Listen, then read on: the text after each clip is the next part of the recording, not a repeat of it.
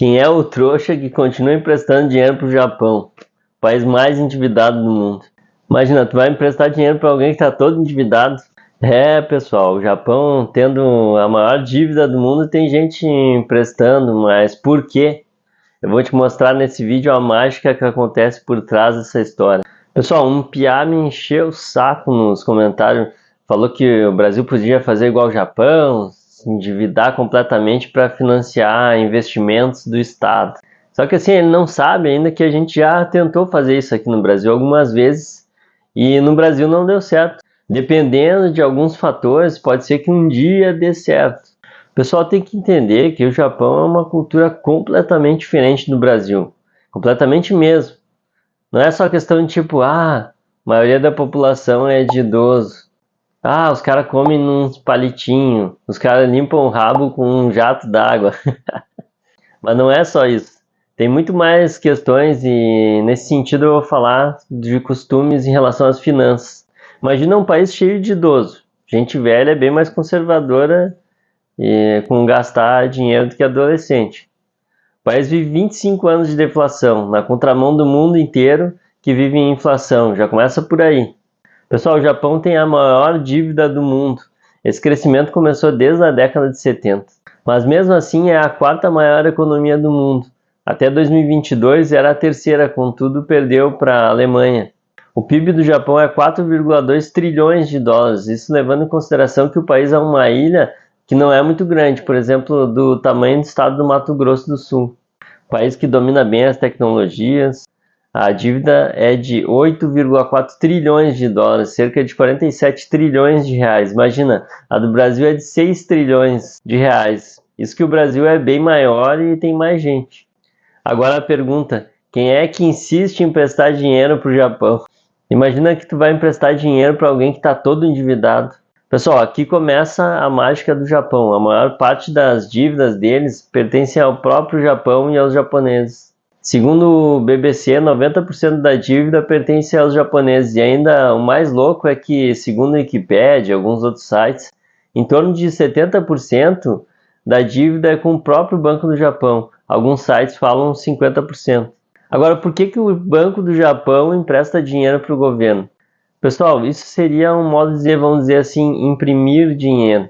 Como falei, os japoneses são uma cultura totalmente diferente. Aqui no Brasil, a gente está acostumado com um povo que gasta bastante, que quer ostentar, quer gastar mais do que precisa, vive sempre num padrão acima do que ganha. Tudo para ostentar, né, pessoal? Porque para viver feliz, bastaria uma casinha, um carrinho. Mas o brasileiro não. Ganha um salário michuruca e quer gastar com um carrão, motona. Brasileiros vivem endividados, pessoal. Já no Japão, o povo é completamente diferente. A cultura é poupar, guardar dinheiro. Resumindo, as pessoas não consomem, não gastam. Isso causa que o Japão vem enfrentando uma deflação por 25 anos. A deflação acontece porque tem muitos produtos, alimentos no mercado, serviços, mas as pessoas não consomem muito. Acaba que os preços vão baixando. Eu me lembro que aconteceu isso aqui no Brasil uma única vez, no período da pandemia, e com ainda poucos produtos, serviços. Por exemplo, tinha muita gasolina nos postos de combustíveis na pandemia, mas ninguém estava saindo nas ruas. Daí, para estimular as pessoas a comprar, os postos de gasolina tiveram que baixar o preço lá embaixo. Acho que teve postos que estavam vendendo gasolina a 3 no litro. E o fato do país ter deflação estimula o pessoal a guardar mais, porque imagina, os preços vão diminuindo. O cara compra um carro novo por 50 mil em 2024. Daí nos anos seguintes o carro novo vão sendo cada vez mais baratos. Daí imagina que uma pessoa vai chegar para outra, por que tu não compras o teu carro novo daqui a 5 anos que vai estar mais barato? E assim a deflação desestimula o consumo e acaba se guardando mais dinheiro. Agora voltando lá, por que o próprio Banco do Japão empresta dinheiro para o governo? Na verdade, o governo ele emite os títulos da dívida pública. Igual nós aqui temos um investimento no Tesouro Nacional, que é um meio de financiar a dívida pública. Então, o governo emite os títulos e o Banco Central do Japão, que é uma estatal, vai lá e compra esses títulos. E por que ele faz isso? Porque é ruim para o governo ter deflação em vários sentidos. O consumidor, é claro, sai ganhando, mas as empresas se veem desestimuladas a investir num país onde vai ter cada vez menos lucro. Hoje alguns economistas falam que o valor perfeito de inflação é 1% ao ano. Então o que acontece? Já que a população não consome muito, para gerar um certo tipo de inflação, o governo japonês vai lá e consome, gasta por todos, sendo os principais gastos com saúde, educação, previdência social, infraestrutura, defesa. Então o governo gasta mais do que arrecadou. É como se a fatura do teu cartão de crédito fosse 2 vezes o teu salário. Daí o governo tem que ficar refinanciando a dívida e assim vai aumentando os gastos, os déficits no orçamento e vai se acumulando uma dívida gigante. Daí, pessoal, a gente entende quem é o retardado que fica emprestando dinheiro para o Japão, todo endividado. É o próprio Japão. Claro, essa dívida que pertence boa parte ao próprio Banco do Japão, se eles quisessem, eles que nem o Thanos assim, poderiam estalar os dedos e perdoar toda a dívida. Mas é bom manter assim para ter um controle até, né?